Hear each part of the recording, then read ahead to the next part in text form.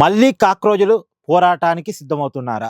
ఇలా cockroach Janata party నాయకుడు అభిజిత్ విడుదల చేసిన ప్రకటన ప్రకారం అయితే మాకిచ్చిన హామీ ప్రకారం విద్యార్థుల మీద కేసులు వెనక్కి తీసుకొని ఆల్రెడీ అరెస్ట్ చేసినటువంటి విద్యార్థిని వదిలిపెట్టాలి. కానీ వదిలిపెట్టకుండా విద్యార్థులను ఇబ్బంది పెడుతూనే ఉంచారు.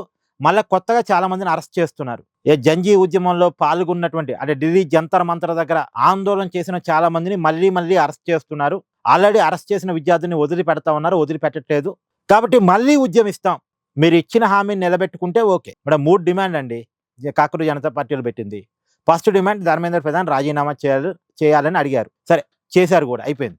ఆ మొదటి డిమాండ్ నెరవేరింది. రెండో డిమాండ్ ఈ నీట్ పేపర్ లీకేజీ వల్ల చనిపోయిన కుటుంబాలకు పరిహారం చెల్లించాలి అని అడిగారు.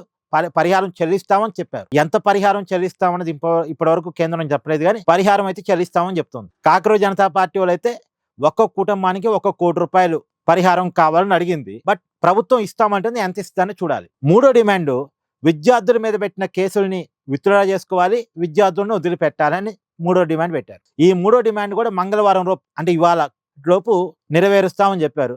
బట్ ఆ నెరవేర్చట్లేదు అనేది కాక్రోజ్ జనతా పార్టీ వాళ్ళ ఆరోపణ. నెరవేర్చట్లేదు కాబట్టి మళ్ళీ ఆందోళన చేస్తామని అంటున్నారు. మరి మళ్ళీ ఆందోళన చేసే అవకాశం ఉందా, ఆ పరిస్థితి ఉందా? మళ్ళా యువతరం గ్యాదర్ అవుతారా? చూడాలి. ఇక మళ్ళీ బీజేపీ ఏం చేస్తుంది? ఒకసారి హామీ ఇచ్చిన తర్వాత హామీ నిలబెట్టుకోవడం ప్రభుత్వం యొక్క బాధ్యత కూడా.